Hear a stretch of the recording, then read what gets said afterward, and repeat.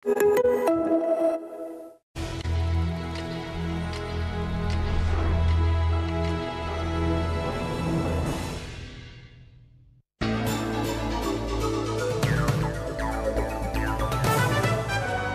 vakaras, tiesioginėme eteryje didieji TV3 debatai. Transliuojame iš Valdovų rūmų Vilniuje.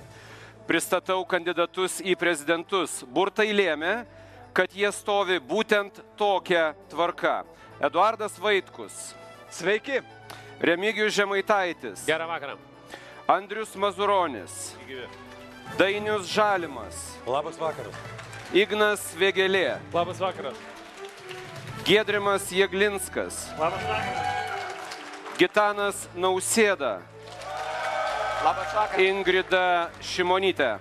Labas vakaras.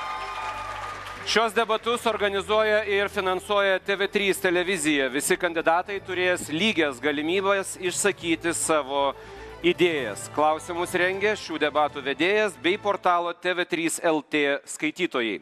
Klausimus galės užduoti ir čia susirinkę žmonės. Štai stovi mikrofonas, prie kurio galėsite prieiti ir užduoti klausimą kandidatui.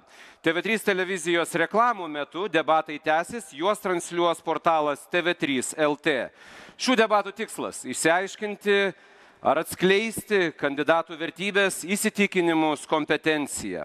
O Valdovų rūmų kieme susirinkusi publika visų kandidatų atžvilgių elgiasi pagarbiai. Taigi, galime pradėti debatus. Pirmoji tema – nacionalinis saugumas. Pradėkime iš dešinės. Hipotetinė situacija, ponia Šimonytė, pirmiems 4 kandidatams, kitiems bus kita situacija. Jūs esate prezidentė, Liepos 10 diena, vidurdienis. Jūsų nacionalinio saugumo patarėjas įbėga į jūsų kabinetą ir praneša, kad nežinomi ginkluoti asmenys užėmė Švenčionių rajono savivaldybę, apie 80 ten buvusių žmonių paimti įkaitais. Tai išgirdus jums tiesiai skambina vidaus reikalų ministras, praneša, kad į Švenčionių rajoną jau siunčiami viešo saugumo tarnybos ir policijos antiteroristinės rinktinės Aras kovotojai. Taip pat praneša, kad pasieniečių kameros pasienio ruože su Rusijos federacija nuo Pagėgių iki Šilutės fiksuoja, kad Rusijos ginkluotosios pajėgos telkia inžinerinę techniką kairiajame Nemuno krante, atvežti pontoniniai tiltai, matyti kariniai sunkvežimiai. Tiek žinote, jūsų veiksmai. Na tai pirmiausia, žinoma, yra tuoj pat kviečiamas Valstybės gynimo tarybos posėdis. Ir tuo pačiu, priklausomai nuo to, ar tai yra laikas, kada Seimas posėdžiauja ar ne, atitinkamai yra priimami sprendimai arba prezidento, arba tuos sprendimus priima Liepos 10.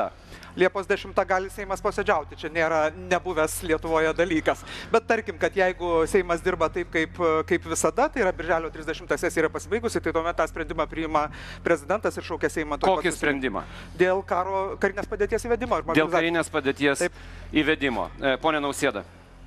Na, kaip tik trečiadienį mes ir pratybas vykdėme šituo klausimu ir iš tikrųjų pirmiausia reikia be abejo pasirašyti dekretą. Liepos 10 veikiausiai tai būtų prezidento dekretas ir iš karto kontaktuoti su NATO valstybėmis, nes čia matomai jau būtų kalba apie 4 NATO straipsnio aktyvavimą. Esame beje jau tokį klausimą ir svarstę Valstybės gynimo taryboje. Ir aš manau, kad labai svarbu